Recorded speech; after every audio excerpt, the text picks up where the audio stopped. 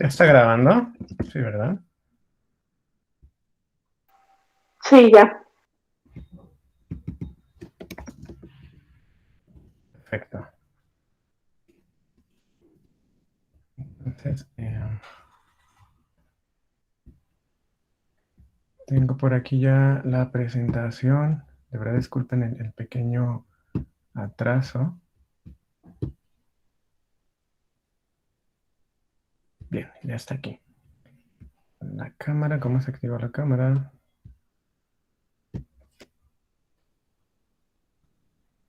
Eh,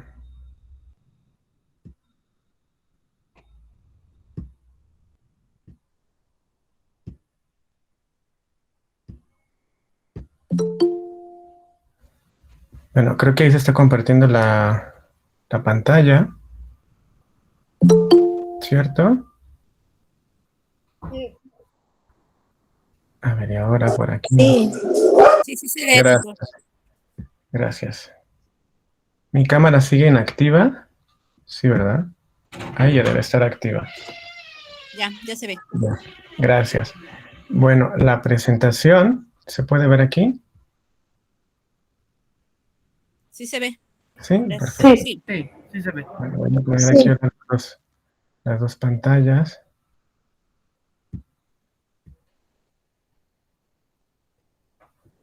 Y de esta manera, así puedo verlos y seguir la presentación. Bien, ya está aquí.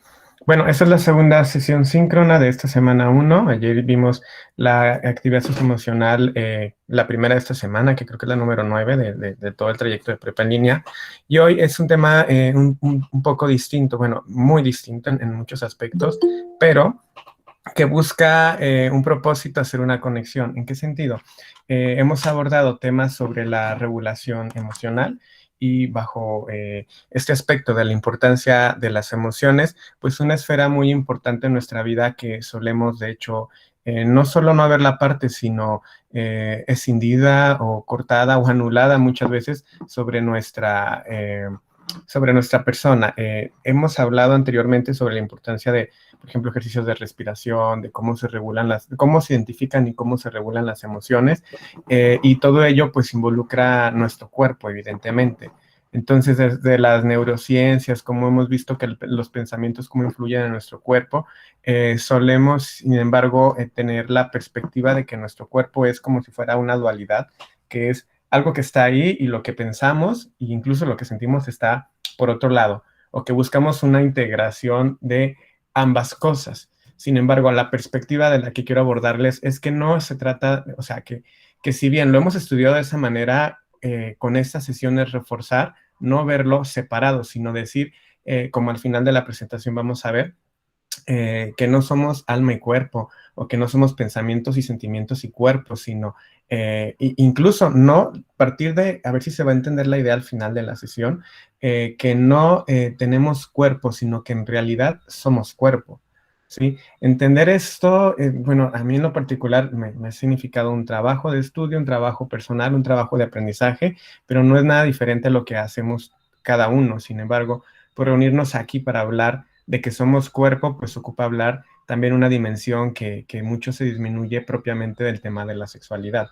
Y bajo mi formación, bajo mi experiencia y la oportunidad que tenemos de verlo, pues es que presento esto que sigue a continuación. Solamente será una pequeña parte de lo que pudiéramos abordar, pero espero que con ello pues contribuya a nuestras propias concepciones, que contribuya de manera positiva sobre lo que entendemos de nuestro ser personas como cuerpo y en esta dimensión de la sexualidad, que por supuesto que está inmiscuida, nada separada de la regulación de las emociones. Y para llegar a esto, y aprovechando el encuentro, pues bueno, voy a mencionar algunas fechas y algunos avisos importantes con relación a este módulo. ¿Qué hay de esto? Pues aquí podrán anotar, o bueno, voy a pasárselos. A ver, si alguien me escribe en el chat, yo aquí dejarles ya las fechas, o si quieren capturar pantalla. De cualquier manera, también la presentación se las voy a hacer llegar. Entonces, bueno, va dependiendo de de cómo quieran tener acceso a esta información. Nada más recordarles esto, las fechas del módulo, que termina el 19 de septiembre. El periodo de recuperación será a partir del 27 de septiembre al 8 de octubre y el módulo 5 del 27 de septiembre al 24 de octubre. Sí, fechas a tener en cuenta para sus propios, pues las planeaciones de lo que tengan que hacer o de lo que quieran hacer para esas fechas y estar pues en este contexto de este aviso. Ahora, algo muy importante sobre qué ir trabajando muy fuertemente es que hemos estado hablando dentro de nuestros agentes educativos, llámese nuestro APT, que es quien se encarga de coordinar a los tutores, o nuestro SAME Domingo, que es la figura que ustedes pueden ver en Prepa en Línea, en apoyo a las funciones de asesores, de tutores y de los estudiantes mismos, pues lo que estamos emprendiendo es una campaña sobre la prevención del plagio. Y que con esto, pues aquí nada más, como ya hemos abordado muchas veces, es que estamos llegando, bueno, creo yo que ya pasamos ese punto, en el sentido de que al día de hoy se espera que todos los estudiantes entendamos de manera responsable qué es el plagio, cuándo es un plagio intencional y no intencional. Ojo, con esto de buscar el plagio no significa que hagamos una persecución, una búsqueda de los estudiantes. No, o sea, sabemos que hay circunstancias que aunque un estudiante sepa y comprenda qué es el plagio, llega a cometerlo y es muchas veces por circunstancias personales, decisiones tomadas en determinado momento. Y no se le juzga a nadie, se le busca apoyo, se le busca orientación. Sin embargo, también hay todavía dudas sobre estudiantes que no conocen el plagio, no lo pueden identificar y no lo pueden distinguir. Por algunas razones, tal vez no han estado presentes en las sesiones virtuales, no han leído algunos materiales que se les han compartido, pero a lo que quiero llegar es que al punto hay un concepto que se llama, por ejemplo, ignorancia culpable. Ignorancia culpable es, somos ignorantes todos de tantas cosas, ¿no? Pero, por ejemplo, un médico no podrá ignorar cómo usar un bisturí, ¿sí? Sería el responsable, un médico cirujano, perdón, de su ignorancia porque debió haberlo aprendido. Y entonces también será responsable de las consecuencias de no aprender a usarlo, por ejemplo, una cirugía, por poner un ejemplo básico o vago. Entonces, ¿a qué quiero llegar con esto? Pues bueno, que la campaña es, para mí, de esta perspectiva, que todos entendamos los dos tipos de plagio que se identifican en Prepa en Línea, que es el plagio parcial y el plagio total. Y aquí nada más es esto, o sea, por un lado es en este pequeño espacio de la sesión, identifiquemos que el plagio parcial en Prepa en Línea se penalizará en el criterio actitudinal y no se evalúa con cero. Es decir, una calificación de plagio parcial va a ser una actividad integradora reprobada, ¿sí? Y una evaluación con plagio total se evaluará con cero cuando se presenten pues actividades integradas que tengan párrafos copiados enteros de otras personas. Si ya sean varios bueno, pues sí que todos los párrafos sean copiados de uno de varias fuentes. Entonces, para ir entendiendo esto, si todavía quedan dudas, y que claro, el tema conviene seguirlo trabajando, pero aquí puntualmente ahorita es esto, que los asesores revisan cuando es un plagio en las actividades integradoras, es decir, entran, ven un archivo, toman un párrafo, lo copian, lo buscan en internet y si encuentran coincidencias, pues de ahí ya están hablando de plagio, ¿sí? Y cuando no es intencionado, pues cuando los estudiantes no conocen cómo citar y cómo usar la paráfrasis, y a esto voy. Primero la definición dice, un párrafo copiado sin paráfrasis, es decir, que no esté explicado con tus propias palabras, se tomará como plagio parcial, ¿sí? O en cambio, también se puede copiar un párrafo y pegado completamente y citarlo, ¿sí? Yo, por ejemplo, en lo que voy a presentarles ahorita, tengo párrafos copiados completamente y pegados en mi presentación y, bueno, me faltó añadir ahí, pero se los haré llegar la bibliografía, de hecho, al final de la sesión es de lo que les quiero abordar, el autor original de esa fuente, ¿sí? Y además no solo está lo que copié y pegué, sino también el análisis o la reflexión que yo estoy integrando a partir de la lectura de dicho texto. Entonces, en estas opciones no se le consideraría plagio. Cuando ya cite, cuando ya interpretemos el texto y lo expresemos con nuestras propias palabras, ¿sí?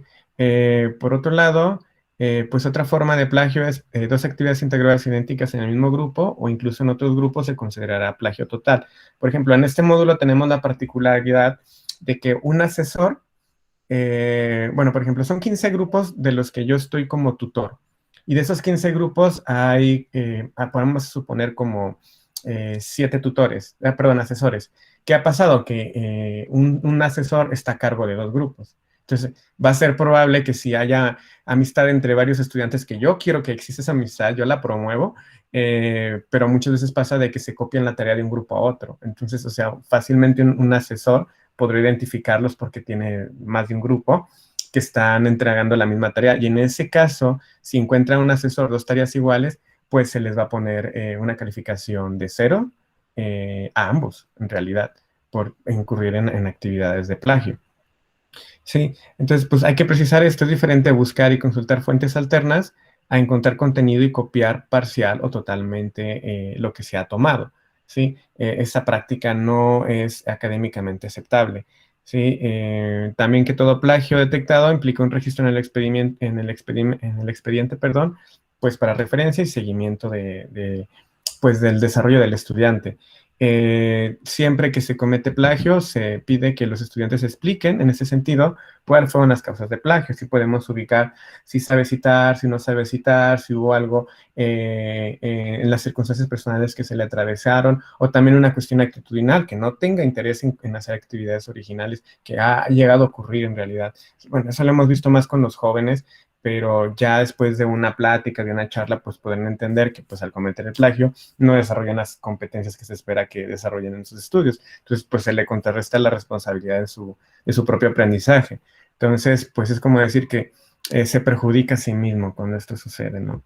Bueno, no sé si voy muy pesado con todo lo que les estoy hablando, ya con la premura del tiempo que les robé, pues quiero llegar a esto. Claro, también va a estar el espacio de dudas y comentarios por si algo quieren abordar o que me interrumpan si creen que es necesario hacerlo, adelante.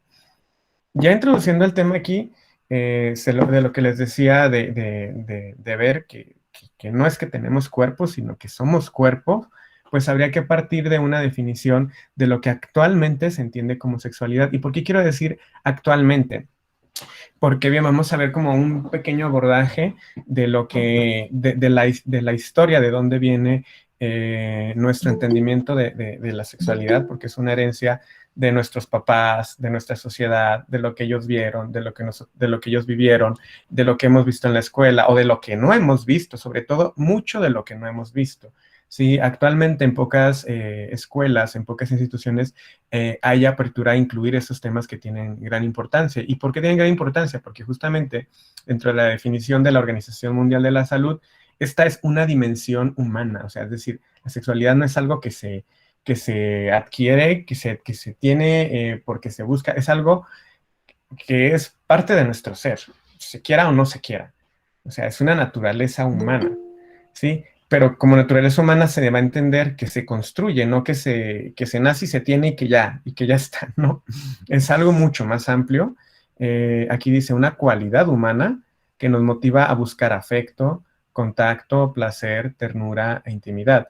La sexualidad influencia nuestros pensamientos, sentimientos, acciones e interacciones y por tanto influye en nuestra salud, ¿sí? Entonces, esto es muy importante, nuestra salud en todas las dimensiones de lo que podemos entender como salud, ¿sí? Se expresa a través del placer, la ternura, la comunicación, las relaciones personales, las fantasías, el amor, y se desarrolla de diferentes maneras, con nosotros mismos, con personas de distinto sexo, del mismo sexo, etc. Entonces, a eso vamos con el tema que hay ahora.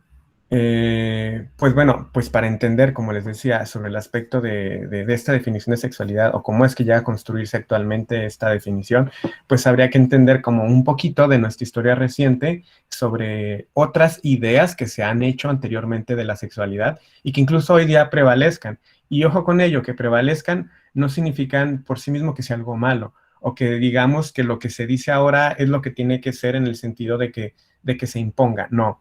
No, es lo que sí quiero que se vaya a entender en lo que viene, es que podamos ver por qué pensamos lo que pensamos acerca de estas áreas, de esta dimensión importante de la sexualidad y cómo influye en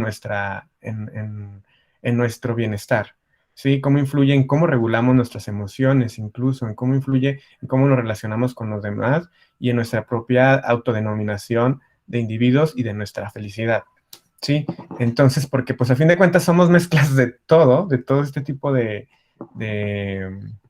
vamos, de exposiciones a lo cultural, a lo social, a lo político y a lo académico, por supuesto. Entonces, por ejemplo, ¿cuántas veces no hemos visto que actualmente hay discusiones sobre la homosexualidad? Sí, ¿cuánto no se ha hablado últimamente de la sexualidad que no se hablaba en años atrás? Y ojo, no quiero decir que se hable, que sea algo, o sea, se hablan tantas cosas que han favorecido a un grupo minoritario, como también nuevos problemas que se surgen al no entender la relación o lo que buscan estos colectivos, ¿sí? De no entender, no porque no se les entiendan a ellos, sino de que algunos otros grupos no entienden cuál es la búsqueda de libertad de estos colectivos, por ejemplo. ¿Sí? Entonces es como revolver el agua y sacar un problema que no es actual de esta sociedad, sino que era atrás, desde mucho atrás, y que ahora se busca con algunos propósitos. Entonces, esto surge y no lo podemos negar. Los derechos reproductivos, ¿cuánto no se habla actualmente del aborto? Y cuántas veces no queremos tener una opinión que sea la definitiva, que sea la más acertada y que pueda darnos tranquilidad a nosotros y transmitirlo a nuestra familia, a nuestros hijos, a los demás. ¿Por qué? Con propósitos de preservar valores, de preservar la dignidad, el cuidado, el respeto, con buenas intenciones. Pero ¿cuántas dudas no podemos tener al respecto también? Entonces, este es un debate del cual no estoy partiendo a alguna conclusión definitiva, porque es un tema muy amplio. Dice de las desigualdades entre hombres y mujeres, sobre todo esto, y de esto es a lo que me enfoco más ahora, porque existen muchas desigualdades, las sabemos. No es lo mismo ser hombre o ser mujer. Todos lo vivimos de una forma u otra. Sabemos que desde ser hombre nacemos con más privilegios que las mujeres, ¿sí? Desde el derecho al trabajo, de la forma en cómo se les paga, de las libertades sociales que pueden tener hombres y mujeres, es diferente. La posición política, la posición económica, sabemos que en el mundo la gran mayoría de personas ricas son hombres y una gran minoría son mujeres. Y eso es algo muy evidente dentro de las igualdades. Ya no se hablan de las desigualdades de hombres y mujeres en estratos sociales, de los ricos, de los pobres, de las razas negras, de las razas blancas y demás diversidades, ¿sí? Entonces, también vivimos actualmente en una cultura de consumo de todo, y entre ello la pornografía y el sexo, de una manera que se desvirtúa el sentido de lo que les acabo de hablar, de la definición de la dimensión de la sexualidad, de lo afectivo, de las relaciones, del placer, sino que se puede trasladar mucho en aras de la libertad, de que todo se vale, de que todo se puede, pues al morbo, a la pérdida de la privacidad, la pérdida de la intimidad y la pérdida pues de valores que se habían construido en muchas familias y valores que puedo decir que son realmente favorecedores en el sentido del respeto, del autocuidado y de construcciones de sociedades, pues, ¿cómo les puedo decir? Tolerantes, ¿sí? Que los hay, o sea, esos valores existen todavía, pero también se han visto menoscabados. ¿Y por qué? Bueno, vamos a ver por qué circunstancias. Pero aquí tengo la pregunta, ¿cómo concebimos nuestra sexualidad y las de los demás? Entonces, esta pregunta, o sea, es como una reflexión que yo espero que cada quien se haga para sí mismo, si quieren y si quieren hacerlo, porque claro, esto no es ningún deber, ninguna obligación, eh, pero es como que si nos preguntamos esto, ¿cómo percibimos nosotros nuestra propia sexualidad y la de los demás? O sea, ¿qué valor le damos a la propia? ¿En qué sentidos? ¿En cómo la colocamos? ¿Cómo la vemos? En relación a nuestro cuerpo, en relación a nuestros afectos, por nosotros mismos y por otras personas a las que queremos, y el nivel de importancia que le damos, ¿sí? En todas nuestras relaciones. Entonces, por eso es esta pregunta, ¿de dónde provienen nuestras concepciones? Pues aquí dice, habrá que revisar cuál es nuestra herencia social e individual, que es muy difícil separarla, por supuesto. Entonces, ahora viene todo este tipo vamos a hablar de determinismos, por determinismo se entiende como ideas que se repiten muchas veces y que se espera que así sucedan en el aspecto social, que son con propósitos, diferentes propósitos económicos, políticos, sociales y demás, ¿no?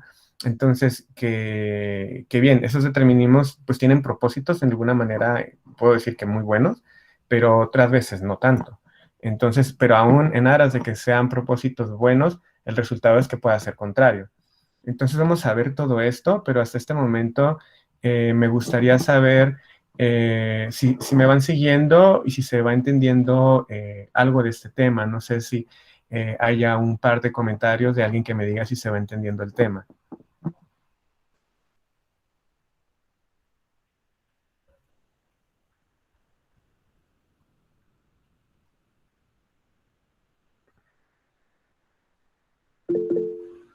A ver, dice María que si se entiende. Bren, bueno, ahí abajo la manita está Claudia. Adelante, Claudia, háblanos. Sí, sí se entiende muy bien, pues por lo que podemos entender es la desigualdad entre los hombres y las mujeres, ¿no? Principalmente que en estos momentos, en estos tiempos nos acongoja a todos, un gran problema, pero sí, pues creo que sí le estoy entendiendo. Muchas gracias. Gracias. Bien, por aquí nos habla también, ¿quién? Creo que es Flor, no alcanzó a ver bien la notificación, adelante. Buenas tardes. Sí, yo creo que va muy claro sobre todo el tema de ser uno con nuestra sexualidad, el saber de qué trata, qué sentimos, aceptarlo tanto, no caer en lo de antes, los tabús y las cosas, como no caer en la modernidad ahora del libertinaje, sino el tomar conciencia de lo que es nuestra propia seguridad y nuestra intimidad. Claro, me gusta cómo lo has dicho, me parece que lo has dicho más claro incluso, gracias. ¿Quién nos sigue por acá? ¿Bren? Sí, buenas tardes. Buenas. Lo que pasa es que creo que en muchos aspectos siempre estamos como que confundidos con el término sexualidad, ¿no? ¿Por qué? Porque pensamos que la sexualidad pues es tener el acto como tal, una relación sexual, etcétera. Pero creo que la sexualidad es tan amplia que precisamente habla de género, y de ahí se desprende todos los problemas sociales, que es la equidad, la igualdad, ciertas funciones. Creo que sí está bien planteado el tema y sí es importante que sepamos diferenciar la sexualidad, mi sexualidad, vamos, yo hablo por mí, no es nada más mi cuerpo, mis senos, mi vagina, ¿no? O sea, es más allá. La sexualidad creo que es un poquito más allá. Exacto, bien, gracias. Sí, justamente, y como empezaba en la introducción, es como decir, no está el cuerpo por allá con sus órganos sexuales, los primarios y secundarios y ya. Y no están por allá las emociones y por acá el cuerpo, sino que es una integralidad de todo y entendernos a nosotros mismos en una multiplicidad de dimensiones, pero que somos todo eso.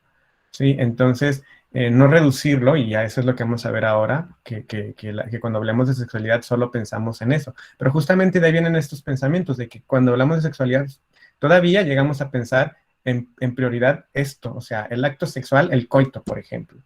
¿Sí? Cuando hablamos de sexualidad empezamos a imaginarnos muchas veces que esto tiene que ver con el coito pene-vagina de un hombre y una mujer heterosexuales y en una relación única y exclusiva y de matrimonio y ya está. Entonces, estas son las herencias de nuestros pensamientos que no pedimos tener, pero que nos atraviesan culturalmente. Y a eso voy a ir ahora.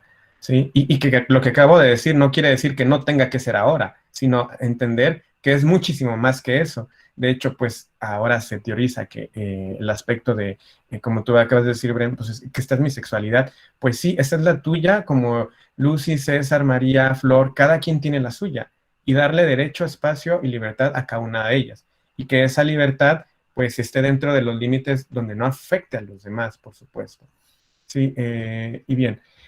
Pues bien, de estos determinismos heredados y cambios vamos a ver que desde una entrada se hablaba de la gran represión y el sexo como tabú.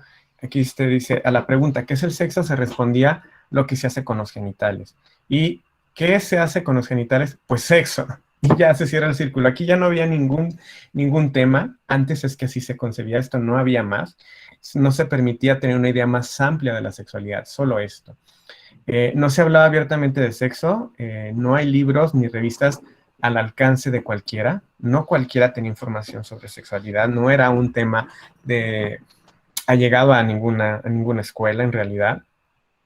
Y dice aquí también, los temas de sexo se confinan, al matrimonio y al hecho conyugal. Los medios de comunicación no lo abordaban. Es decir, como si fuera solamente tema dentro de un matrimonio y dentro de lo que la pareja pudiera hablar en un espacio completamente privado, del cual estas personas, claro, con todas las dudas del mundo, pero que estas dudas no se podrían externar abiertamente porque ya vemos que no se tenía permitido hablarlo en espacios públicos, ni espacios educativos, ni nada de esto.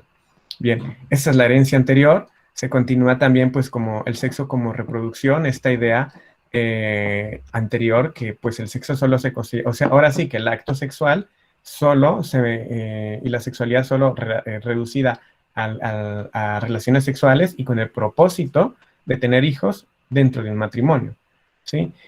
Por tanto, nada de relaciones prematrimoniales y son inmorales y además pecado. Esto dentro de la concepción religiosa y moral. Dice, lo correcto y por tanto lo normal es el coito vaginal, ¿sí? Entonces, toda idea que fuera en contra de esto se consideraría como inmoral, pecado o incorrecto. Y aquí las ideas moral, pues religiosas, es como que vienen a permear también dentro de lo legal, dentro de lo que socialmente se permite y no. Y no es que sea que estar en contra de una religión, no se trata de eso, sino que entender que esta área es competencia más de decisiones individuales, de decisiones que las que cada quien pueda hacer con su cuerpo. Claro, volviendo ahora y más adelante, dentro también de otros nuevos límites que hay que cuidar, ¿no? Como es la responsabilidad afectiva, el consentimiento y demás. Entonces, de ahí viene este tabú del sexo con fines de reproducción, ¿sí? Y vamos extendiendo los puntos. Aquí, bueno, decía la dualidad, amor y sexo. ¿Por qué dualidad? Se refiere a que son dos cosas y que están separadas o que se llegan a integrar, pero que no son una sola cosa. Bueno, más bien, pues sí, que van una a la otra. Si dice, se construye y se transmite la idea de que las personas tenemos dos partes, una buena y otra mala. Por un lado, el amor como lo más sublime, lo que hay que ensalzar y lo que se puede y se debe hablar. Y por otro lado, el sexo como lo más sucio. Es el cuerpo, lo de los genitales.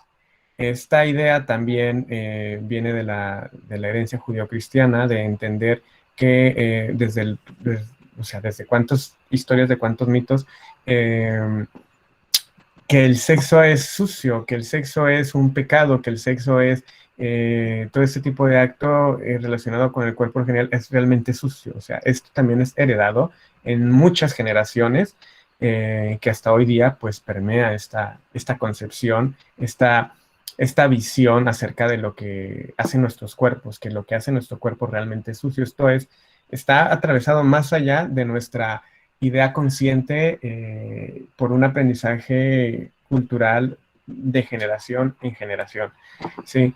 ¿Qué está? Pues bueno, el sexo es un sitio concreto y acotado, nuestro cuerpo es muy eficaz. Bueno, el propósito de esto es mantenerlo bajo control. Bueno, aquí tengo más abajo por qué se buscaba o por qué se busca el control sobre el exceso, pero antes aquí que puedo llegar, dice, entra el juego de la represión y en nombre de la fe se prohíbe tocarse aquí o allá, quien lo haga pecará. En nombre de Dios, la jerarquía pone las reglas. Así aparece el concepto de lo normal y lo anormal, o aberrante del sexo, inoculando el miedo en el sexo, llegando a la represión, ¿sí? Ojo con esto. Esto no es en oposición a ninguna religión ni ninguna concepción de Dios. O sea, lo que le estoy hablando no se opone a nada de esto. Solo estamos acotando este tema de cómo se concibe la sexualidad en esta área y qué propósitos tiene. De hecho, yo puedo rescatar que desde la religión de lo político tenía muy buenos propósitos en realidad.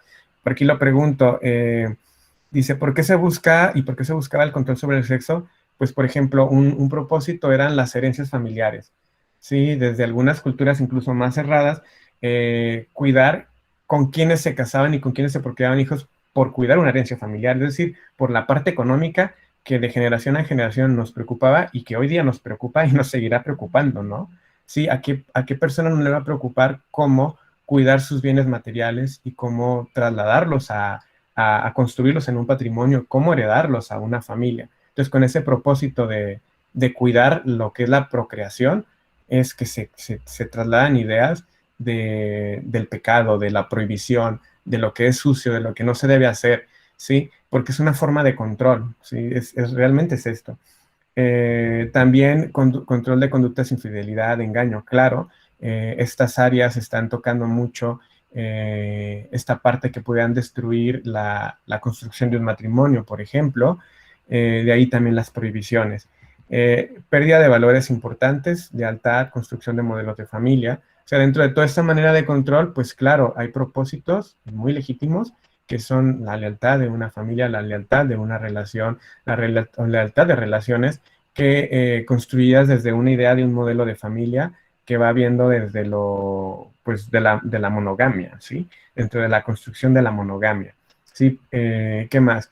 Pues también riesgos de conductas destructivas, violaciones y abusos, también la forma de mantener el control de la sexualidad y de lo cual, pues sabemos que existen conductas sexuales que son destructivas, como las violaciones y los abusos, que hay que pararlas, que hay que evitarlas y que hay que proteger a quien se pudiera estar en riesgo, ¿sí? Entonces, ese es otro propósito de hablar del control de la sexualidad, ¿sí? Pero dentro de todo ese tipo de riesgos, también hay muchas libertades, que es de lo que estamos comenzando a hablar. Aquí, ¿qué más dice? Más adelante el control sobre el sexo vendrá no desde la religión y el pecado, sino desde la salud, de nuevo el miedo. Pero en este caso no es pecar, sino enfermar. Es decir, que se alejaba socialmente esta idea de que estas ideas de la religión perdió peso, pero también la salud, es decir, la medicina, las ciencias médicas, también entraron a hacer un control sobre el sexo. ¿Por qué? Porque sabemos que hay riesgos de enfermedades. ¿Cuántas veces no nos han hablado?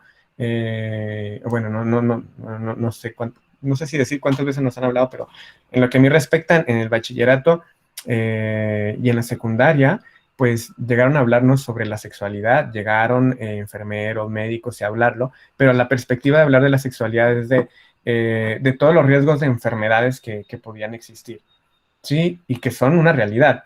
Pero cuando ya se hablaba de sexualidad era o una cuestión prohibitiva de lo moral, de lo religioso, o también del riesgo de la enfermedad. Y bajo eso, pues también se genera la idea de que el sexo es igual a miedo, el miedo a enfermar o a cometer un pecado.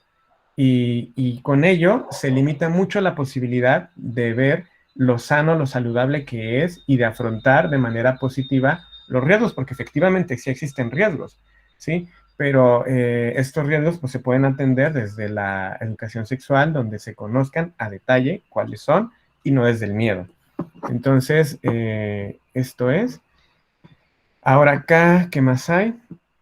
Dice, negación del placer, el sexo como peligro, bueno, es parte de lo mismo. Dice, deducimos que las relaciones sexuales solo están permitidas dentro del matrimonio, con fines de procrear, y así tendrían así los hijos que Dios quiera. Esta es la idea que se tenía antes. No hablamos de placer ni siquiera como concepto públicamente aceptado, es tema que no se habla hoy todavía en muchas instancias. Los mensajes sociales que se transmiten en concreto son, pues, a los chicos más jóvenes el peligro del sexo, prohibido masturbarse, esto es malo, tanto para practicarlo, es arriesgarse a tener enfermedades y demás. Pues bueno, ahora hay que hablar que de todos estos determinismos, pues ahora se busca el derecho a reconocer y a vivir el propio cuerpo, el derecho a planificar la procreación, es decir, que antes, pues diciéndose, pues así los hijos que Dios quiera que se puedan tener, ahora es existen métodos anticonceptivos, se puede planificar cuántos hijos se puedan tener o no. Claro, eso es una propuesta, porque también los métodos de anticoncepción pues son falibles, pueden fallar, pero evidentemente han facilitado mucho las cosas en cuanto a que las familias, o sea, las parejas que deciden estar en matrimonio, en una relación de tener hijos, pues lleven un control sobre cuántos hijos tener, ¿sí? ¿Qué más?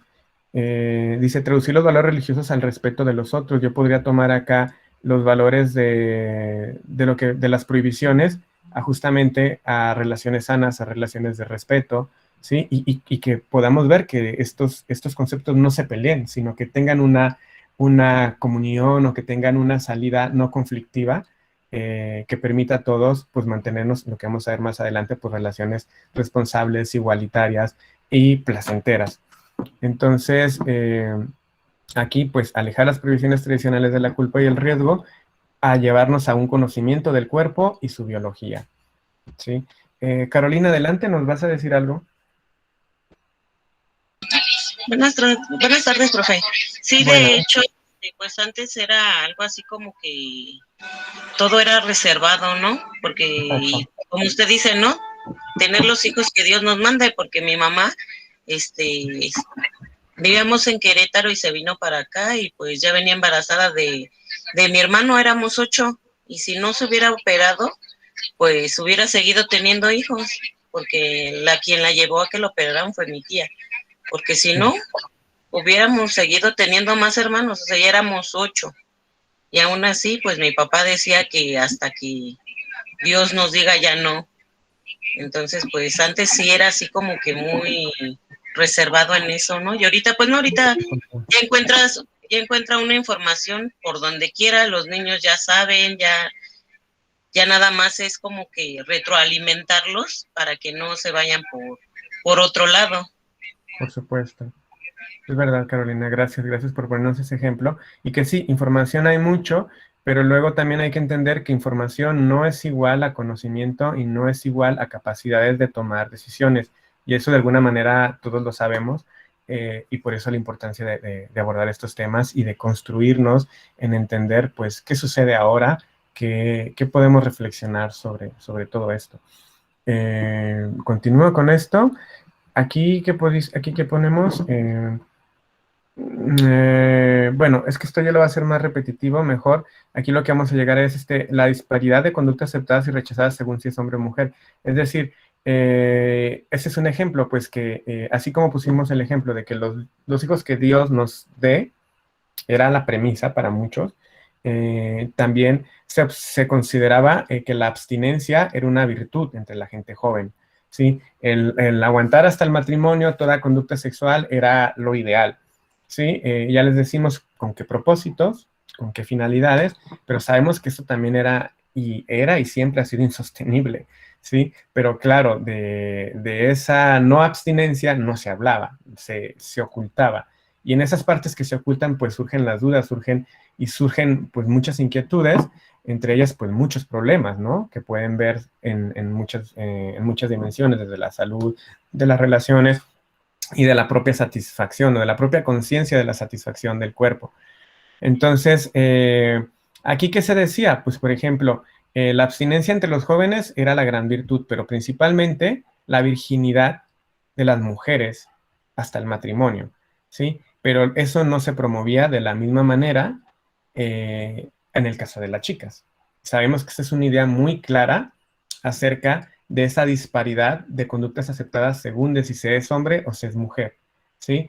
Entonces, ahí está, desde ahí se puede ver esta disparidad y en muchos otros ejemplos, claro, donde no es lo mismo ser hombre o ser mujer, y las conductas sexuales son más permitidas en hombres o si ser mujeres.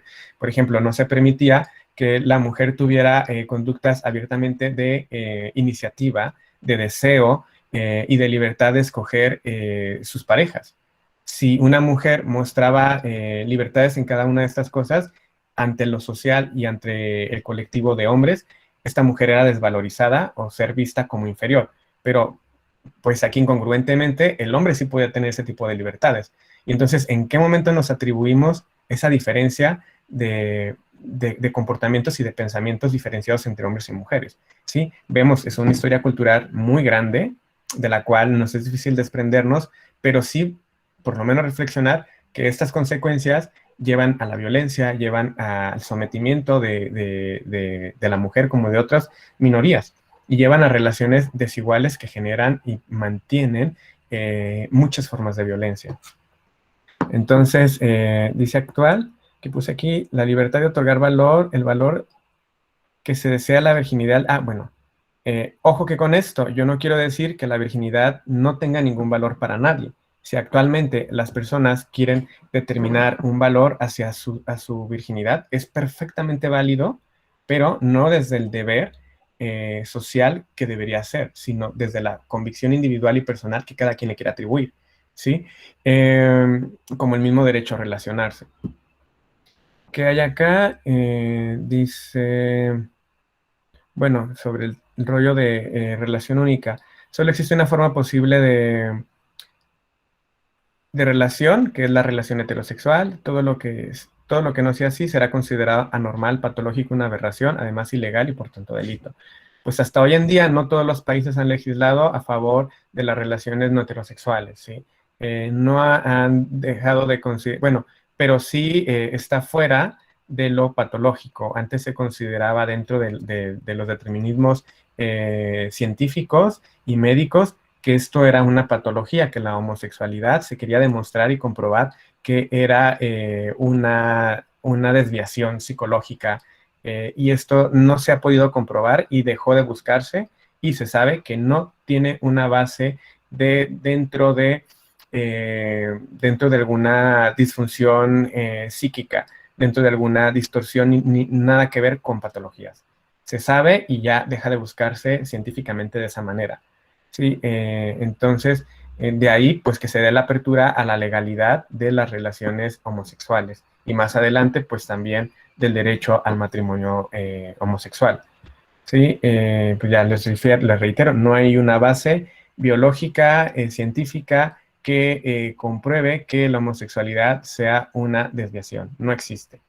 ¿Sí? Solamente son interpretaciones culturales, sociales, de que eso es una desviación justamente de esta herencia de creer que el matrimonio tiene una finalidad de procreación, y pues como en una relación homosexual eso no es posible, pues entonces eso es aberrante, o sea, eso es la herencia cultural. Por eso este tipo de reflexiones que hoy les traigo.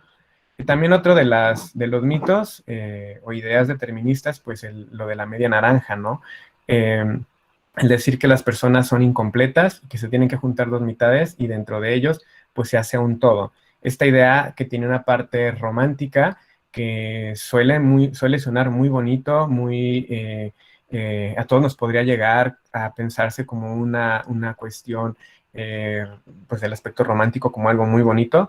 Sin embargo, desprendernos de ella nos permite ver que pues somos medio naranja, que no somos medio naranja, sino que somos seres individuales, y que no estamos incompletos. Pero eso no quita a la idea de que sumar dos individualidades pueda surgir de ello un aspecto amoroso bastante especial, ¿sí? Pero claro, pues que aquí que puse, dice, no serán pues más dos identidades que voluntariamente conviven y comparten cuando lo desean hasta donde decidan hacerlo libremente en cada momento, día a día, sino que de golpe han de renunciar a su propia libertad individual para siempre. O sea, el proponer una idea de matrimonio con dos mitades es que entonces se renuncia a toda individualidad, ¿sí? Como si se fuese solamente una persona individual plena en todos los aspectos cuando se es soltero, pero todo eso se pierde cuando se tiene una relación de pareja y posteriormente de matrimonio, y esto pues sabemos que es un mito completamente falso y que creer esto no ayuda, de hecho perjudica las cosas. Dice, aquí puse, este día social con fines positivos de construcción de la familia tiene el riesgo de forzar las relaciones a la obligación y a la pérdida de la libertad individual.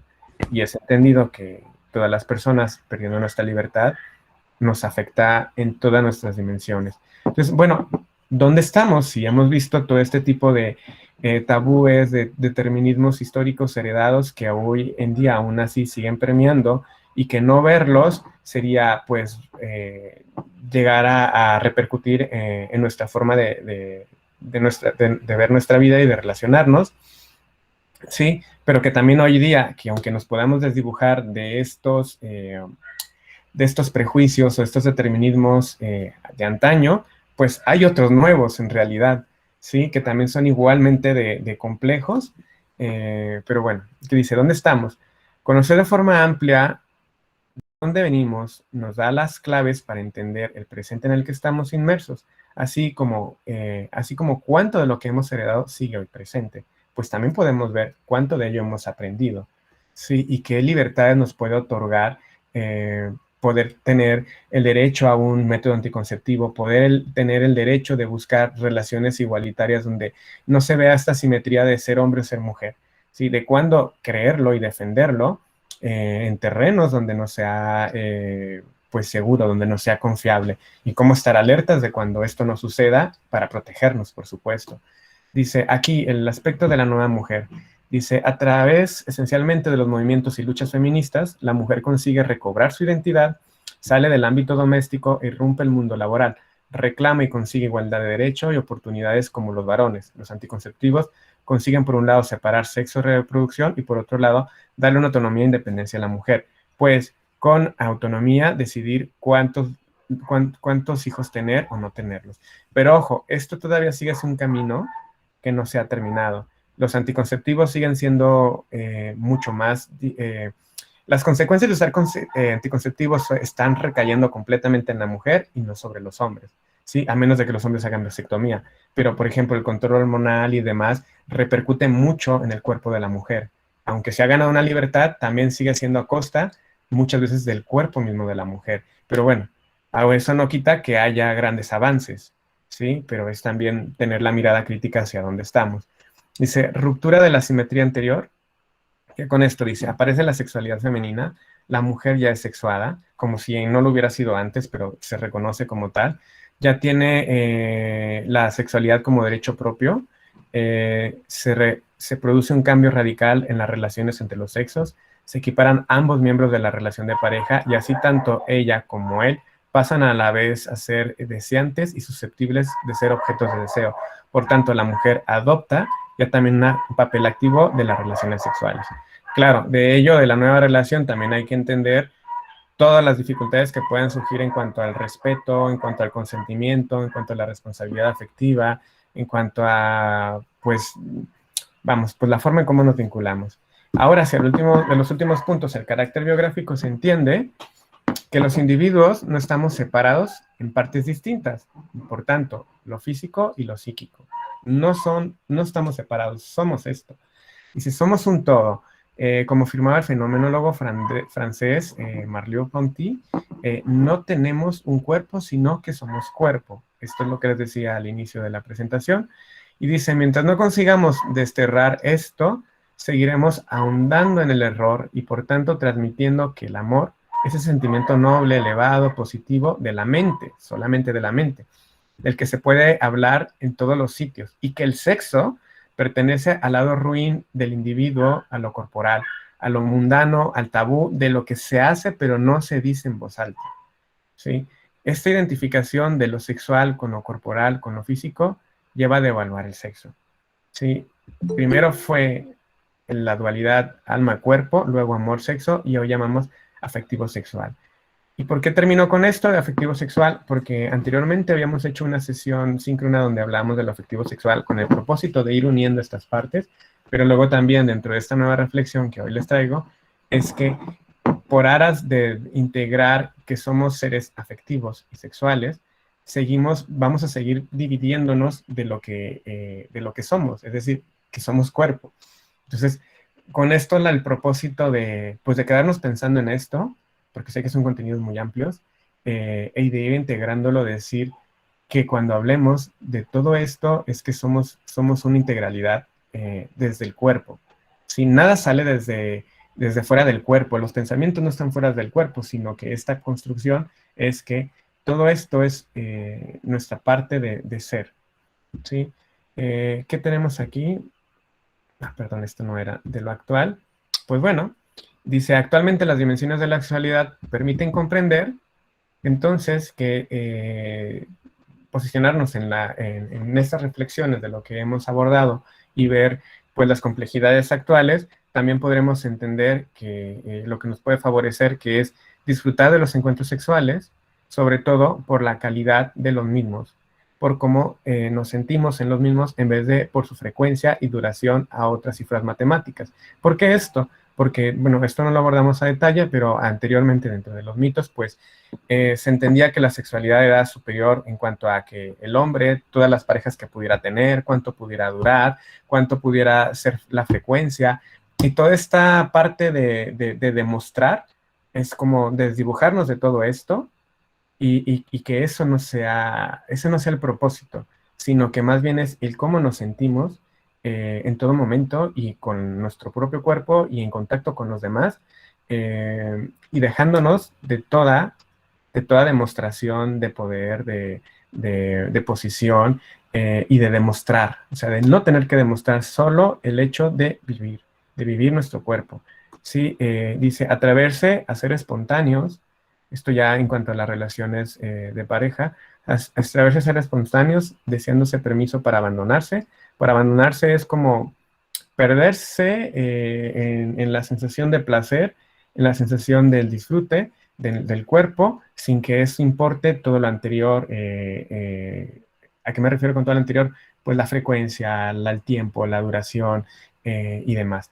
Dice, sin plan prefijado de dónde hay que llegar o qué hacer. Dice, prescindir unidades de medida es lo mismo. Concebir la sexualidad humana como un gran valor humano, hay que entender esto, es un gran valor humano que cuidar, no dejarlo a la frivolidad, al consumismo, a la banalidad, sino que es algo que se construye y que se cuida, y del cual nos podemos sentir orgullosos. Conocer ese gran enigma que es la sexualidad y el deseo de su motor. ¿Por qué? ¿Por qué su deseo de su motor? Porque, pues bien, con todo lo anterior no alcanzamos a definir la sexualidad, no alcanzamos a definir cuál es la sexualidad de uno y del otro, sino decir que esto es muy amplio, muy diverso, pero tocar pues las aras de la libertad, las aras de los conflictos y decir que dentro de ello hay un camino muy amplio de la libertad de ser, de expresarnos, de vivirnos, y que eso nos mueve mucho con el amor, nos mueve mucho en todas nuestras motivaciones y todo lo que queremos ser y hacer. Entonces, pues hasta aquí esta parte de reflexión. Me fui rápido bueno, porque el tema lo veía muy rápido y quería acotarlo. Pero no quiere decir que yo me vaya a limitar a escuchar sus dudas y preguntas, aunque aquí ya estamos llegando a la hora. Voy a pasar el registro de asistencia, primero por prioridad y respeto al tiempo de ustedes. Si alguien me escribe en el chat para poder abrir aquí la ventanita, y doy paso al espacio de dudas y comentarios. Bien, aquí va el registro de asistencia. Ahora espero yo escuchar sus comentarios, sus dudas. Y aquí cuando puse bibliografía sugerida, es por si acaso escucho algún deseo de ustedes, de alguna inquietud, de algún tema en particular, pues no lo podemos extender más aquí en Prepa en Línea porque son muchos los otros temas que tenemos que abordar, pero aprovechando esta introducción, pues podría yo integrar bibliografía sugerida para que ustedes la puedan consultar, pero sugerida a partir de la demanda que ustedes hagan. Bien, les escucho y les leo.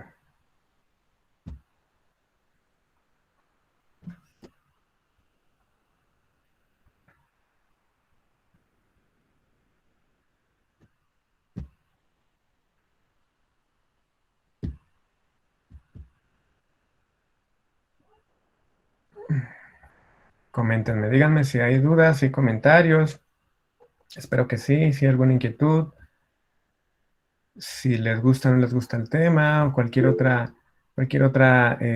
opinión, tengan total libertad, por favor. Flor, adelante, te escuchamos. Creo que son temas muy importantes porque muchos de los que somos padres ahora, pues tratamos de transmitir una información más sana a nuestros hijos para llevar su sexualidad. En mi caso, me ha costado un poquito más de trabajo con la niña porque tengo un joven de 22, una niña de 15. Entonces, pues con él siempre fue el lado más fácil, como de que, sí, puedes hacer y deshacer y mientras te cuides, ¿no? Decían por ahí, mientras cuiden los demás que cuiden sus gallinas y pues yo, si mi gallo sale, ¿no? Entonces no era como, digo, yo fui madre a los 15 años, entonces, pues era como que esa la idea que traía de mi mamá. Ahora ya al pasar el tiempo, al tomar otro tipo de información, digo, ajá, ahora tengo una gallina, y entonces ahora qué va a pasar, ¿no? Entonces digo, bueno, he aprendido a informar un poco más a mi hijo sobre el respeto a las mujeres, sobre que pues hay cosas que no se hacen, a que pues le di una libertad excesiva que no debía ser y que entonces ahora con la niña pues tengo que regular un poco más sin caer en el, porque eres mujer, no, o sea, no, es porque ya aprendí que esto no es correcto. Y por el otro lado, el también decirle, puedes disfrutar tu sexualidad, va a llegar un momento en el que van a pasar estas cosas, te va a gustar, va a ser muy agradable, no es malo, todo con precaución, hay tiempos para todos, o sea, ya hay formas de decir las cosas diferentes ya con otra información, que sí en un principio, pues la verdad es que para todos yo creo que nos ha sido más difícil. Exacto. Sí, me gusta mucho esta reflexión que haces. Sí, es que no es lo mismo llegar a tener un hijo o una hija, porque justamente estos cuestionamientos son los que surgen, ¿no? Que si habrías tenido hijos, quizás este cuestionamiento habría llegado un poquito después, solo hijos hombres. Entonces, o sea, colocar en sitio ese tipo de reflexiones me parece muy importante. Y al respecto, por ejemplo, podría yo integrar una parte de bibliografía donde por ejemplo, ahorita me acuerdo, tengo ahí un documento donde hay como 100 o más preguntas o inquietudes que suelen tener adolescentes y jóvenes y que están ahí las respuestas cortas y concretas, ¿sí? Entonces, pero claro, partir de reflexiones como la de esta sesión permite a nosotros primero, pues, hacer una reflexión y un bagaje más posicionado acerca de la idea que tenemos de lo que es la sexualidad en general y la propia y la que transmitimos. Sí, la que transmitimos en el sentido de valores, de ideas, de opiniones, como tú que acabas de decir, pues bueno, yo opinaba que mi hijo podía hacer lo que quería, pero luego me doy cuenta que no, que hay que responsabilizarlos tanto hombres y mujeres, que no se puede prohibir el derecho al placer, pero sí educar, orientar en lo que conllevan las responsabilidades y el autocuidado. Así es. Sí. Así que bueno, gracias por tu aportación. Claudia, te escuchamos. Bueno, sí, mira, referente a todo lo que estamos oyendo, es una ironía por parte de la vida, no, en la sexualidad. Gracias a Dios yo fui criada por mi padre, él me enseñó todo, entonces creo que compartí lo que fue mi vida como mujer a la vida como de un hombre, porque él me crió como un hombre. Entonces, cuando llegó el momento en que yo tenía que ser madre, yo ya sabía más o menos cómo explicarle a mi hijo y cómo explicarle a mi hija. Gracias a Dios, creo que fue más fácil para mí explicarle a mi hija. En estos tiempos las mujeres tenemos una mente como que ya más abierta, como que las mujeres ya entendemos lo que es nuestra sexualidad y lo que se nos prohibía anteriormente. Entonces, gracias a lo que se nos prohibía anteriormente, podemos entender que no debía de haber sido prohibido, que teníamos que haber sido libres, tanto hombres como mujeres, al mismo momento, al mismo instante y de la misma forma. Exacto. Entonces, ahora le explico a mi hijo que principalmente se tiene que respetar a las mujeres, porque pues la única diferencia en que encuentro yo en una mujer y un hombre es la fuerza. De ahí en fuera somos iguales, excepto por nuestros, ¿cómo se llama? Porque somos diferentes en cuestión de físico, a los hombres les sale más bello en diferentes cosas, pero la única diferencia en cuestión creo que es la fuerza. Entonces tenemos que enseñarnos a ser libres y a decir qué nos gusta, qué no nos gusta, qué queremos y qué no queremos, tanto mujeres como hombres, en la vida sexual. Entonces, y no encontrar un tabú, una prohibición a nuestra sexualidad. Pues muchas gracias por tu clara aportación y que has compartido este mensaje. Gracias. Gracias. Angie, escuchamos a Angie y enseguida Bren. A todos. Pues, profesor, en relación a esta sexualidad, creo que el tema está muy claro y creo que no debemos de irnos al extremo de la sexualidad, sino tener un término medio donde podamos trabajar. Yo en mi caso, yo tuve 11 hermanos varones y fuimos 3 mujeres. Pero en mi casa, mi madre pues siempre nos educó por igual. O sea, no porque éramos mujeres, yo soy soy la sexta, entonces nací con 5 hombres adelante de mí y yo fui la primera mujer. Y luego vinieron más hombres y mis 2 últimas hermanas son mujeres. Entonces, pero ella siempre nos fomentó el respeto a la mujer y a los hombres, que tantos derechos teníamos nosotras como mujeres como ellos. En mi casa no se aplicó el machismo, el que tradicionalmente se fomenta en la educación mexicana, entonces eso me sirvió mucho porque nos preparamos el parejo que mis hermanos, y no había de que tu hermano te va o te acompaña, o sea, fue muy, la educación que mi madre nos dio fue, ustedes valen igual que sus hermanos, tienen los mismos derechos, tienen las mismas responsabilidades, tienen las mismas prioridades, y en la sexualidad fue muy clara, la sexualidad trae responsabilidades. Si ustedes llegan a tener alguna relación sexual, van a tener que afrontar esa responsabilidad. Entonces creo que influye mucho el cómo los ven los padres como hijos, ¿no? Y yo en mi caso, pues a mis hijos los eduqué lo mismo, ¿no? O sea, no porque seas un varón vas a faltarle el respeto a una mujer. La mujer valemos, la mujer no la puedes maltratar, no la puedes hacer esto. Y la mismo que aplicó mi madre, pues lo apliqué yo como madre, ¿no? Con más moderno, digamos. Es todo, Bien. gracias. Gracias, Angie. Bueno, sí, justamente esta experiencia que comentas pues te permite ver la diferencia de educación que tuviste con relación a otros parámetros que tenías, quizás otras familias y socialmente. Sin embargo, pues la reflexión no termina ahí, se sigue viendo. Yo podría decir que mi entorno no es machista, pero luego me doy cuenta que sí, y está muy sutilmente. Pero claro, este es un trabajo continuo del que hay que seguir reflexionando para ver qué consecuencias tiene y qué podemos cambiar y cómo hacerlo y cuándo hacerlo. Nos faltaba por aquí Beren Medel. Sí, al respecto del tema, creo que todas estamos, bueno, todos los presentes en la junta estamos conscientes de que la igualdad debe ser la misma. Sin embargo, siempre está muy marcada la diferencia entre niños y niñas. Por ejemplo, también hay abusos a niños, o sea, hay abusos sexuales a niños varones. Y eso está muy, muy como que olvidado, ¿no? Digamos como que, ay, es que abusó de la niña porque es niña. No, y de los niños varones, ¿quién los va a defender? O cómo se le llama eso, ¿no? Creo que sí también tenemos que, pues como dicen los demás compañeros, tenemos que ver realmente los valores que les damos en casa, que aunque carentes, muchos hemos estado carentes de muchos valores, pues hay que informarnos. Por ejemplo, también esos niños que son, digo, homosexuales, ¿no? Sí. Cuando nacen, o sea, porque un homosexual no se hace, nace.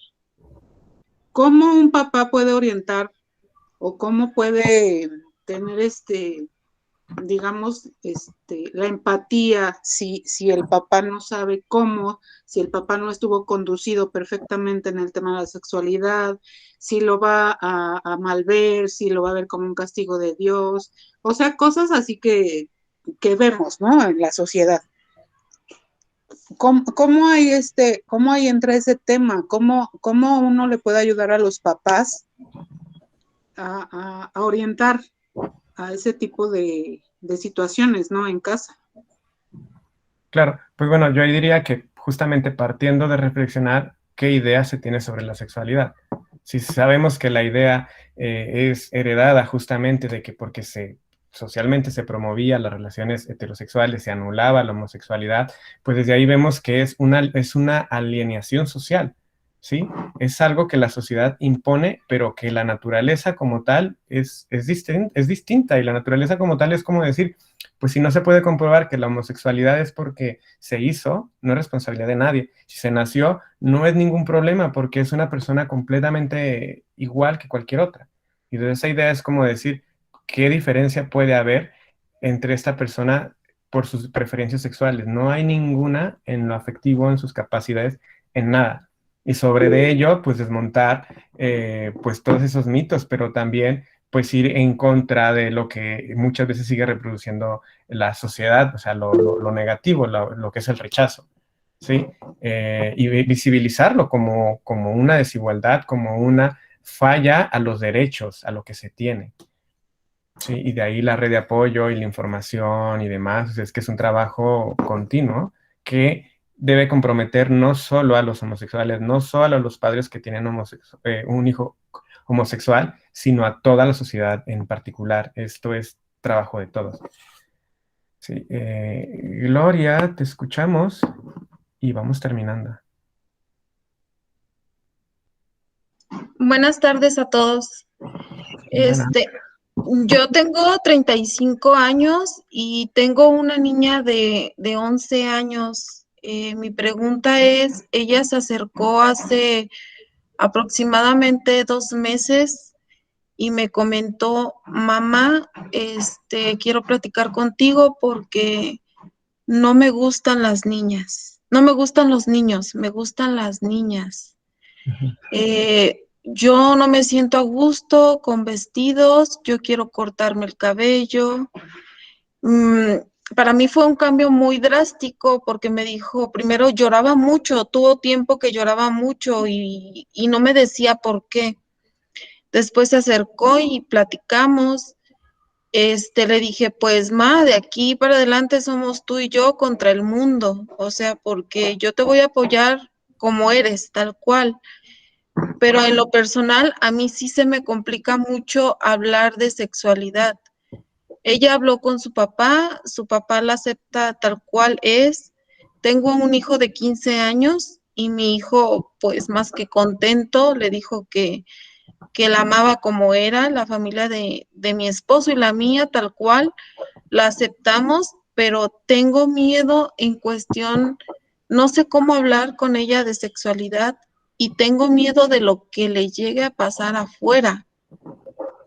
Claro, Gloria. Pues bueno, me imagino que es natural y normal que se sienta miedo, pero desgraciadamente natural no debería serlo, porque quisiera que no fuera el discurso ustedes contra el mundo, ustedes como familia, porque no habría por qué. O sea, realmente aquí es todavía una gran parte de la población con esta, pues, limitada capacidad de ver las diferencias, ¿sí? Entonces, no es responsabilidad de ella, es responsabilidad de la sociedad verla, pero claro, en la práctica es que tú vas a ver el rechazo que va a recibir en un lado y otro y eso te va a doler como madre y a ella en las consecuencias que pudiera tener. Pues no lo sé, ahí pues ella misma va a buscar fortalecer sus propias concepciones, sus propias dudas, sus propias inquietudes y a partir de que ella las manifieste y que qué bueno que las manifiesta, incluso que te lo haya dicho me parece fantástico, que esté recibiendo el apoyo que tiene, ella irá teniendo las herramientas y las capacidades para pues afrontar cuando existan rechazos o discriminaciones por sus preferencias sexuales, porque va a estar expuesta a eso, ¿sí? Y sabrá hacerlo sin ningún problema, o sea, bueno, no te quiero decir que sin ningún problema, o sea, sí puede que en su momento surja, pero aprenderá de ello, o sea, aprenderá, pero no aprenderá sola, aprenderá con el apoyo familiar, con información y demás. Entonces, por un lado, acepto la idea de que es un miedo natural, pero no me parece natural el rechazo social. Y de ahí, pues, informarse puede ser una forma de apoyo.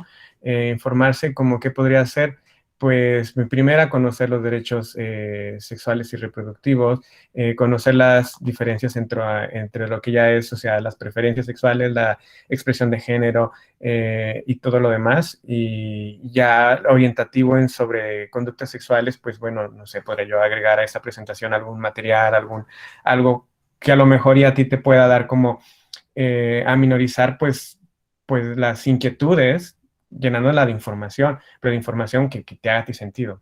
Eso por un lado.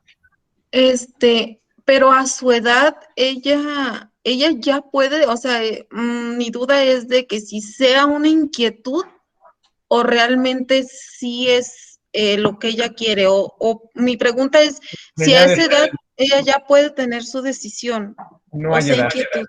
No hay edad. Ajá. No se le va a decir a un niño de 6 años que diga que es homosexual o que nació niño y que quiere ser niña, no se le va a decir, entonces es así, y si él o ella dice, es que quiero esto de color azul, esto de color rosa, me gusta eso, es respetar su decisión y su libre elección.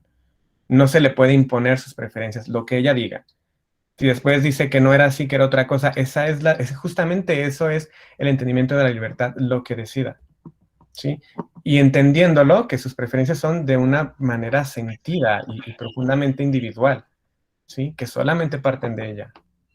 Ok, muchas gracias. O sea, suena muy simple como lo digo, pero que en la práctica es mucho más complejo en poderlo asimilar, pero si no le damos vueltas, es eso, es la libertad total de que lo decida y que lo exprese como quiere. Muchas gracias. De nada. Bueno, terminamos la sesión síncrona. Si ya tiene alguna otra sugerencia, alguna otra duda, pues lo podemos hacer por correo electrónico. Podría yo alimentar esta parte de la información bibliográfica. Pues ya me hice idea de 1 o 2 materiales. Si algún otro material en particular, a partir de las dudas que tengan, pues lo puedo yo integrar. Ya ahí nos vemos por correo, por mensajería. Y desearles una buena tarde, un buen fin de semana y que concluyan todas sus actividades de prepa en línea. Ya nos veremos en la próxima semana con otros temas para prepa en línea. Buen fin a todos. Cortamos aquí ya la grabación. Hasta luego. Gracias.